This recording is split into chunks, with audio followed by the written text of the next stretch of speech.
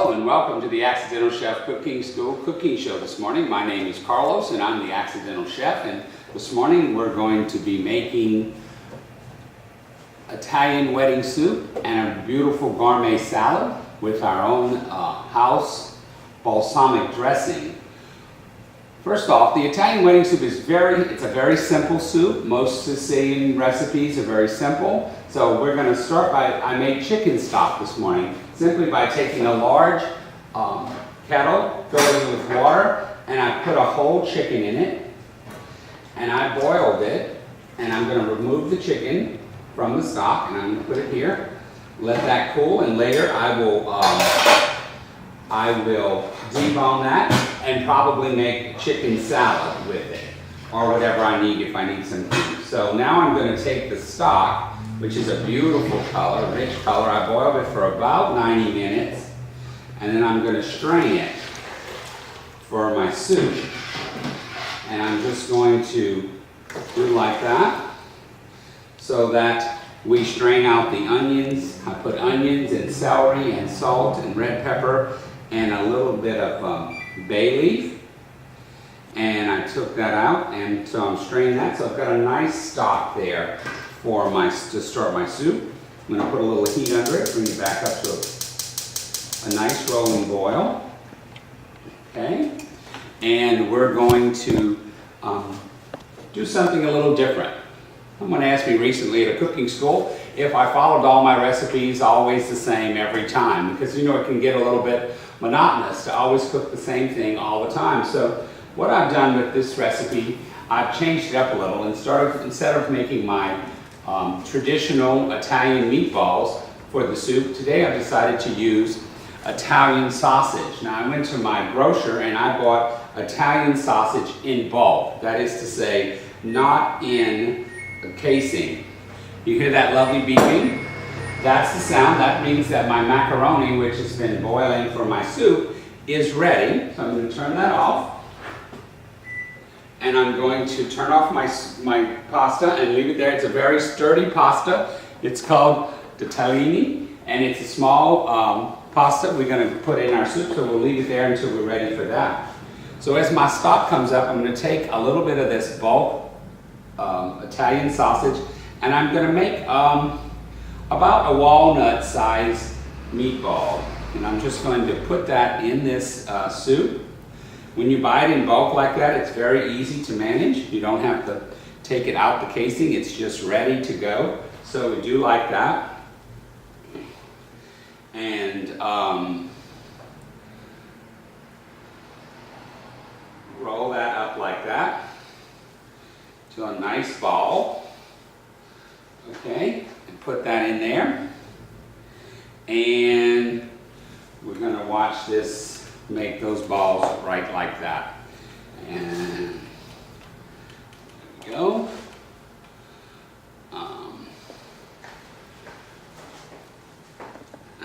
It's a very simple soup. We're going to bring that to a boil. Now, you're wondering why I'm not browning my meatballs or my sausage balls beforehand. Well, I really don't have to when you're using a hot liquid.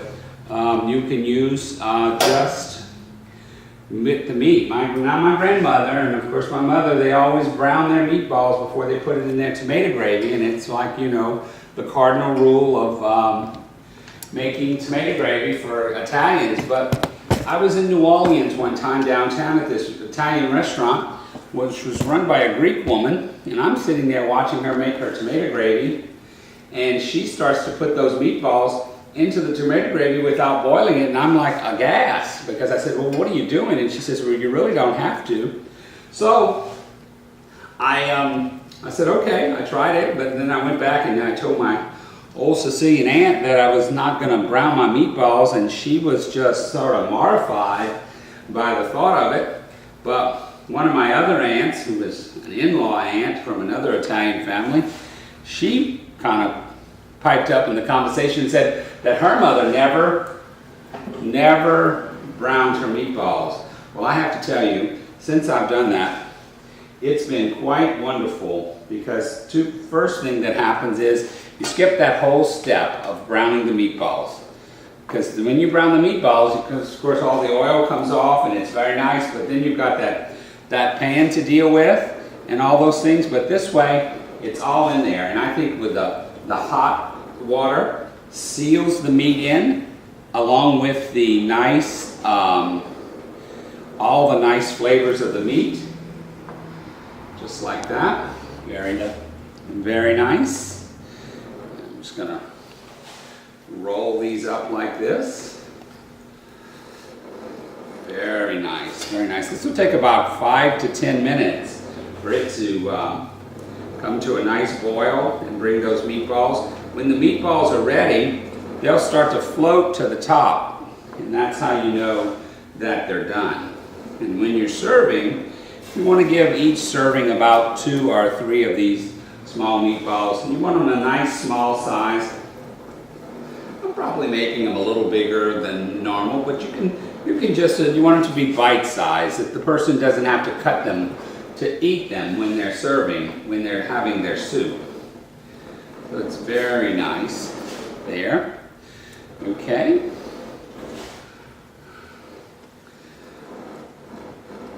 All right. While that is serving, we've got all the meatball made up into meat. Very good. Just wipe my hands clean here. And while that's boiling, we're going to go ahead and start the salad, because the salad is very easy as well. And I'm going to start with my balsamic vinaigrette. This is a recipe I developed for myself. Kind of a deviation on the recipe my mother used historically at our house. It starts with a little bit of dry basil, some salt, and of course some cayenne pepper, which I use for just about all my peppering. And I'm going to take, the recipe calls for a tablespoon of garlic, so I'm going to take about 4 of these nice peeled cloves of garlic, and I'm going to... This is a great slap chopper. You know it works really well because every time you slap down, it turns a second time, a quarter round, and each time it goes up and down. It doesn't take long to chop. I've got a nice chop there. Kind of, I want it really kind of small. Almost pressed. So you can see as I keep going, it keeps getting smaller and smaller. So I'm going to go ahead and put that in my vat here to make my dressing. I've got a tablespoon of minced garlic. Crushed does just as well. A teaspoon of salt, a teaspoon of dry basil, and a half a teaspoon of cayenne pepper. Very easy. Now, I'm going to use balsamic vinaigrette. Now, balsamic is a very sweet, it's like almost like a wine. So I'm going to add that to here, and then I'm going to add a cup of olive oil. Now, the recipe for a good salad dressing is that your acidics, either your vinegar or your lemon juice or whatever, is 2 to 1 on your dressing. All right? To your olive oil. Half vinegar, like I put a half a cup, so I'm going to put another thing. I'm going to take a little bit of butter here and put it to heat, because I'm going to roast some pecans for my salad. Okay, you see my meatballs are beginning to boil very nicely, so I'm going to let that boil. Now, the important thing about a salad is the bowl. What important bowl? And I'm fortunate to have my grandmother's bowl. This bowl is about 70 years old. It's honed or hand-carved rock maple, and it makes a very nice bowl. So, I'm going to start my salad by using some grape tomatoes. I love grape tomatoes. They're sweet and tender. Then I'm going to take an English cucumber, and I like to do this. I have this paring knife. It's called a bird's beak. As you can see, it's got a little bit of a curve in it, and the sharp side of the knife is on the inside of the curve. So this one works very good. And I'm going to cut my cucumbers a little bit different. I got this tip once from the Cucumber Growers of America, and you make a block cut, and then you pull it like this. Cut off that edge, and then this edge, and then you just sort of slice them this way.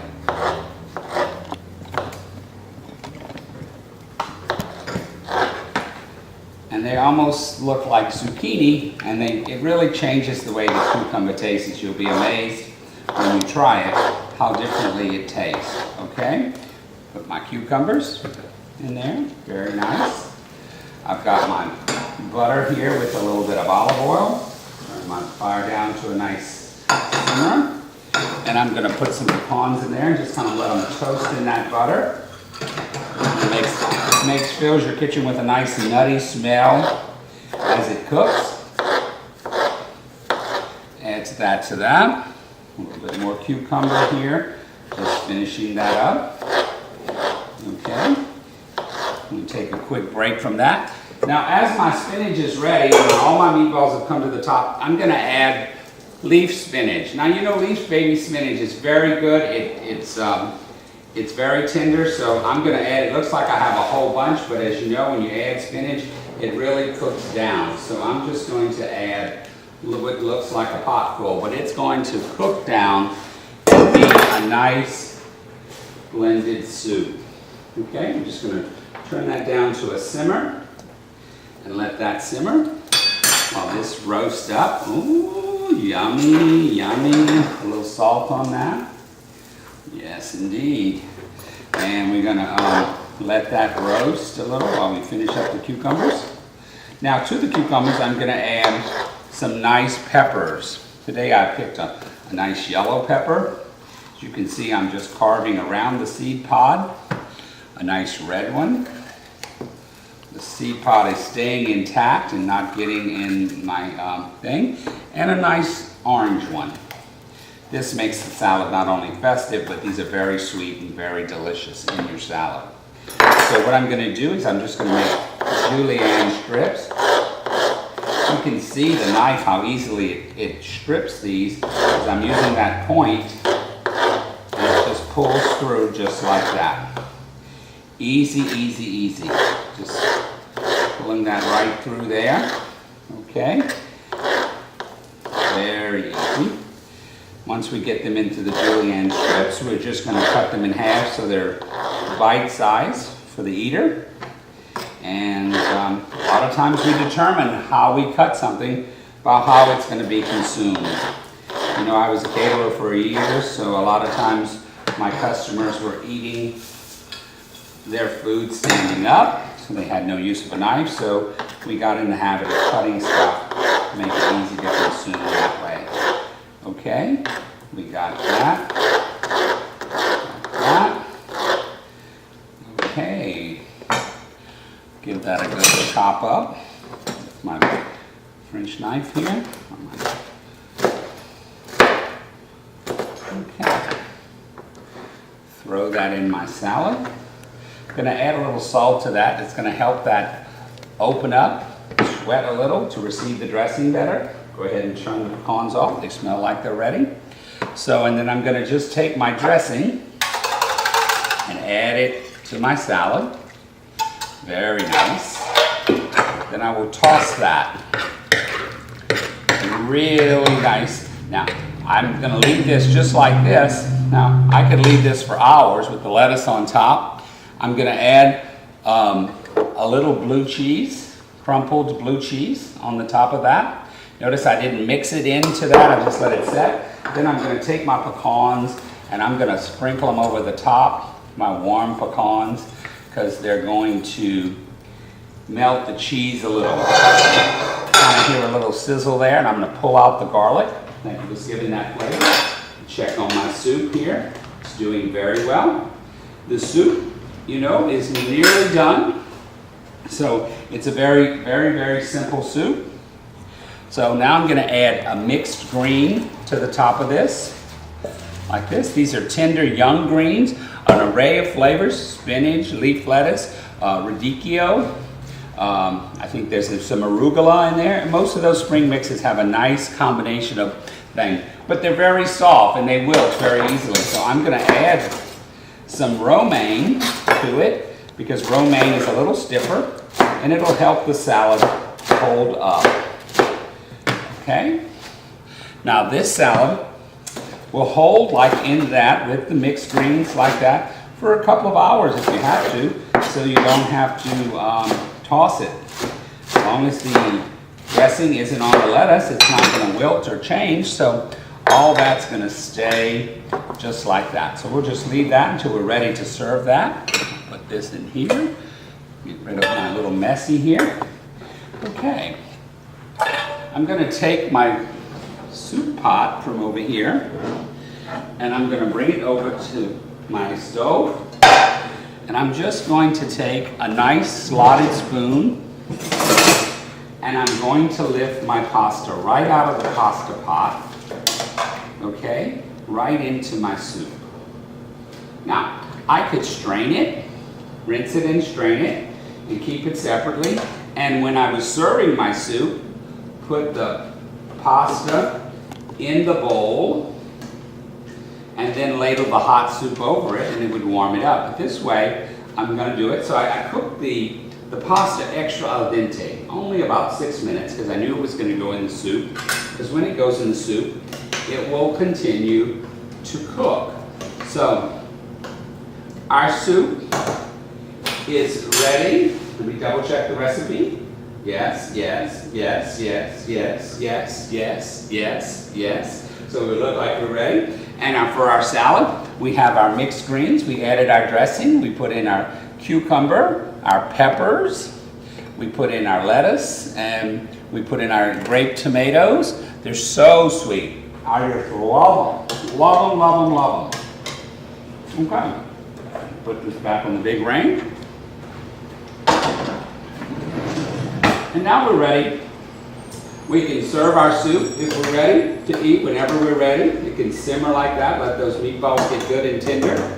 And then with our salad, and we have a very nice salad, add some hard bread, and we are in great shape to have ourselves a lovely lunch or a quick supper or whatever. Let me tell you real quick a little tip about the chicken salad. When I debone this cooked chicken, I will net about 6 cups of chopped chicken. So to make a good chicken salad, I take the 6 cups of chicken, I add a cup of chopped celery, finely chopped, some mayo, a cup of mayo, a cup of celery, a tablespoon of a Creole seasoning that I like a lot, and 6 eggs that I've chopped. And I stir that together and it makes a lovely, lovely chicken salad, which you can serve on, I like to eat it on a hard roll with watercress for a sandwich, or you can put it, sometimes I serve it in my, at events on a leaf of endive. It's very nice if someone's on a carb-free diet. That chicken salad makes a very nice appetizer on the endive. So, there you have it, Italian wedding soup. Starting from a nice chicken stock. We have a gourmet salad with our own balsamic vinaigrette.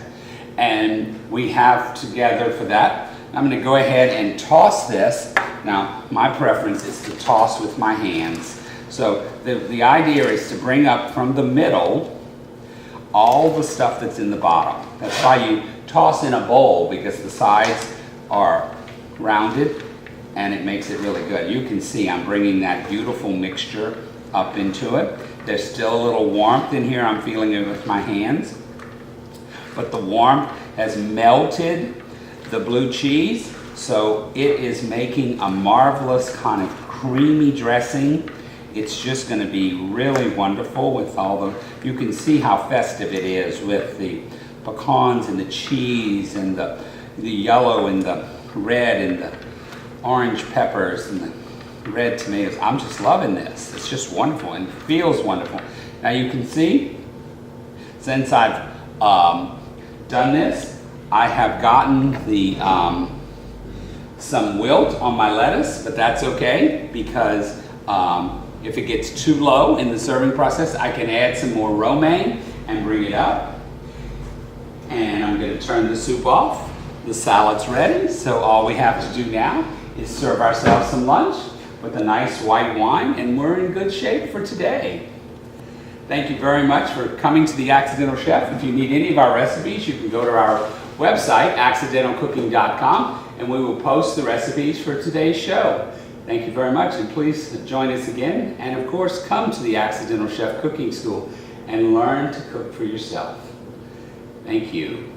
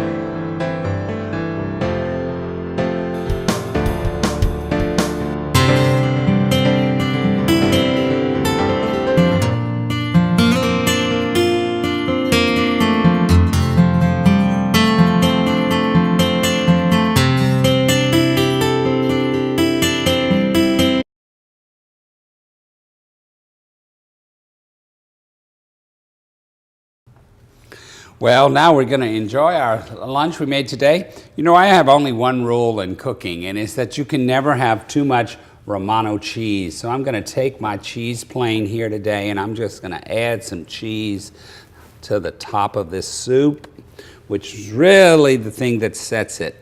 The flavor from the Romano is good, good, good. This is a marvelous tool here. It's called a plane. It just grades beautifully. You can see how easily I did that. So I'm going to put that right there. And here we are, ready to have a lovely lunch. I brought a nice Sauvignon Blanc for us to have with our soup. And we're just going to have a wonderful time here at lunch. We would love for you to be our guest here at the cooking school, where we always have good, marvelous, fabulous food, and we have a great time. You know, someone said recently, the USA Today said that the Accidental Chef Cooking School was convivial. And that is to say that we always want you to have a great time at the Accidental Chef Cooking School. We always want you to enjoy yourself, but we always want you to learn something. We want you to know more about the foods you're eating, how to prepare them in your home. This simple soup I made today and the salad are very easy for you to make at home. And again, the recipes are on our website, accidentalcooking.com, and you can find them there. But enough about me, let's eat. Yum. Beautiful soup, the fresh spinach, the pasta.